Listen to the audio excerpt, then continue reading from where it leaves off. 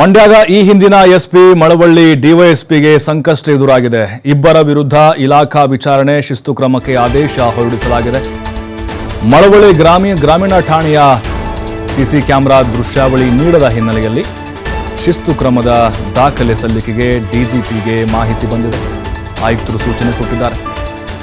ಮಾಹಿತಿ ಆಯೋಗದ ಆಯುಕ್ತ ರುದ್ರಣ್ಣ ಹರ್ತಿಕೋಟೆ ಆದೇಶವನ್ನು ಹೊರಡಿಸಿದ್ದಾರೆ. ಹಿಂದಿನ ಎಸ್ಪಿ ಎನ್ ಯತೀಶ್ ಹಾಗೆ ಮಳವಳ್ಳಿ ಡಿವೈಎಸ್ಪಿ ನವೀನ್ ಕುಮಾರ್ ಇಬ್ಬರ ವಿರುದ್ಧ ಇಲಾಖಾ ವಿಚಾರಣೆ ಆಗುತ್ತೆ. ಶಿಸ್ತು ಕ್ರಮಕ್ಕೆ ಆದೇಶ ಹೊರಡಿಸಿದ್ದಾರೆ. ಮಳವಳ್ಳಿಯ ನಾಗರಾಜು ಸಲ್ಲಿಸಿದ್ದ ದೂರು ವಿಚಾರಣೆ ನಡೆಸಿ ಈ ಆದೇಶ ಹೊರಡಿಸಲಾಗಿದೆ. ಸಿಸಿ ಕ್ಯಾಮೆರಾ ದೃಶ್ಯಾವಳಿಗಾಗಿ 2022ರಲ್ಲಿ ಆರ್ಟಿಐ ಅರ್ಜಿ ಸಲ್ಲಿಕೆಯಾಗಿತ್ತು. ಅರ್ಜಿಯನ್ನು ವರ್ಗಾಯಿಸದೆ ಮಾಹಿತಿ ನೀಡೋಕೆ ಬರೋದಿಲ್ಲ ಅಂತ ಹಿಂಬರಹ ಕೊಟ್ಟರು. ಡಿವೈಎಸ್ಪಿ ವಿರುದ್ಧ ಮಂಡ್ಯ ಎಸ್ಪಿಗೆ ಮೇಲ್ಮನವಿ ಸಲ್ಲಿಸಿದ್ರು ನಾಗರಾಜು. ಅರ್ಜಿ ವಿಚಾರಣೆ ನಡೆಸದೆ ನಿರ್ಲಕ್ಷ್ಯ ವಹಿಸಿದ್ರು ಎಸ್ಪಿ ಎನ್ ಯತೀಶ್.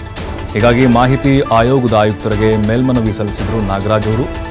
ವಿಚಾರಣೆ ನಡೆಸಿದ ಇಲಾಖೆ ವಿಚಾರಣೆ ನಡೆಸಿ ಶಿಸ್ತು ಕ್ರಮಕ್ಕೆ ಆದೇಶವನ್ನು ಹೊರಡಿಸಿದೆ.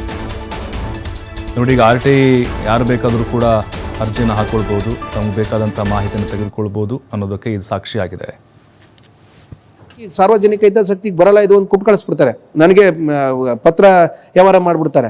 ಇದು 6-3 ಆಗಿರಲ್ಲ, ಇದು ಬೇಕು ಅಂತೇಳಿ ಮಾಡ್ತಾರೆ. ನಾ ಏನು ಮಾಡ್ತೀನಿ, ಮೇಲ್ಮನವಿ ಆಗ್ತೀನಿ SP ಸರ್ಗೆ. ಅವ್ರು ಯತೀಶ್ ಅವರು ಇರ್ತಾರೆ, ಆಗಿನ ಕಾಲದಲ್ಲಿ SP ಆಗಿರ್ತಾರೆ. ಆಗ ನಾನು ಮೇಲ್ಮನವಿ ಆಗ್ತದೆ, ಮೇಲ್ಮನವಿ ನಡೆಸಲ್ಲ. 2-3 ಬಾರಿ ಹೋಗ್ತೀನಿ ಅವ್ರನ್ನ ಭೇಟಿ ಮಾಡೋಕ್ಕೆ, ಮೇಲ್ಮನವಿ ನಡೆಸಿಲ್ವಲ್ಲ ಅಂತೇಳಿ.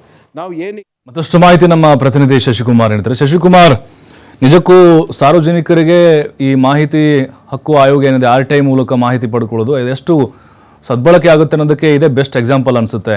ಈಗ ಈ ಪೊಲೀಸ್ ಅಧಿಕಾರಿಗಳಿಗೆ ನಿಜಕ್ಕೂ ನಡುಕ ಶುರುವಾಗಿರುತ್ತಲ್ವಾ?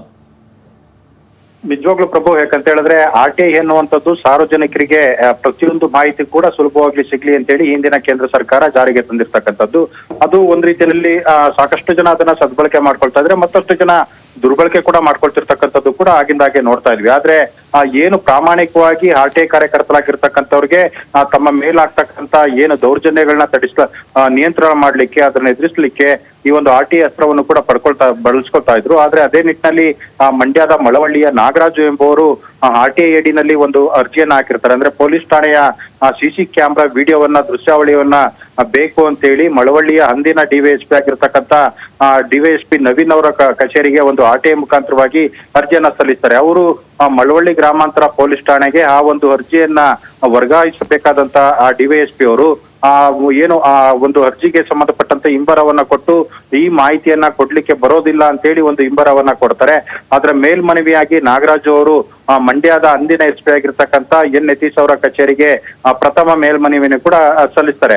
ಆ ಸಂದರ್ಭದಲ್ಲಿ ಪ್ರಥಮ ಮೇಲ್ಮನವಿಯನ್ನ ವಿಚಾರಣೆ ಮಾಡಿ ಅದನ್ನ ಸೂಕ್ತ ಕಾಲದಲ್ಲಿ ಅದನ್ನ ವಿಚಾರಣೆ ನಡೆಸಿ ವಿಲೇವಾರಿ ಮಾಡ್ಬೇಕಾದಂತ ಅಂದಿನ SP ಅವರು ಆ ಒಂದು ಕೆಲಸವನ್ನ ಮಾಡದಂತೆ ಸಂಪೂರ್ಣವಾಗಿ ನಿರ್ಲಕ್ಷ್ಯ ಮಾಡ್ತಾರೆ. ಅರ್ಜಿಯನ್ನು ಕೂಡ ವಿಚಾರಣೆಯನ್ನ ಮಾಡೋದಿಲ್ಲ. ಈ ಹಿನ್ನೆಲೆಯಲ್ಲಿ ಎರಡನೇ ಮೇಲ್ಮನವಿಯನ್ನಾಗಿ ಏನು ಮಾಹಿತಿ ಆಯೋಗದ ಆಯುಕ್ತರ ಕಚೇರಿಗೆ ಒಂದು ಸಲ್ಲಿಕೆಯನ್ನ ಮಾಡ್ತಾರೆ.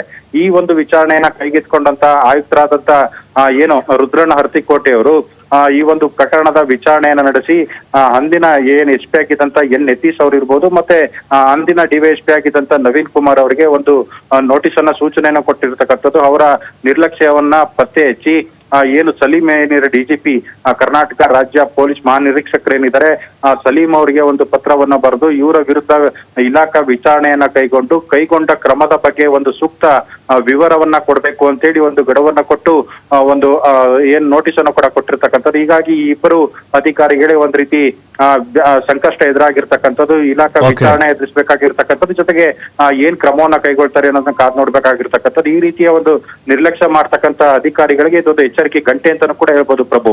ಥ್ಯಾಂಕ್ ಯು ಶಶಿ ಮಾಹಿತಿ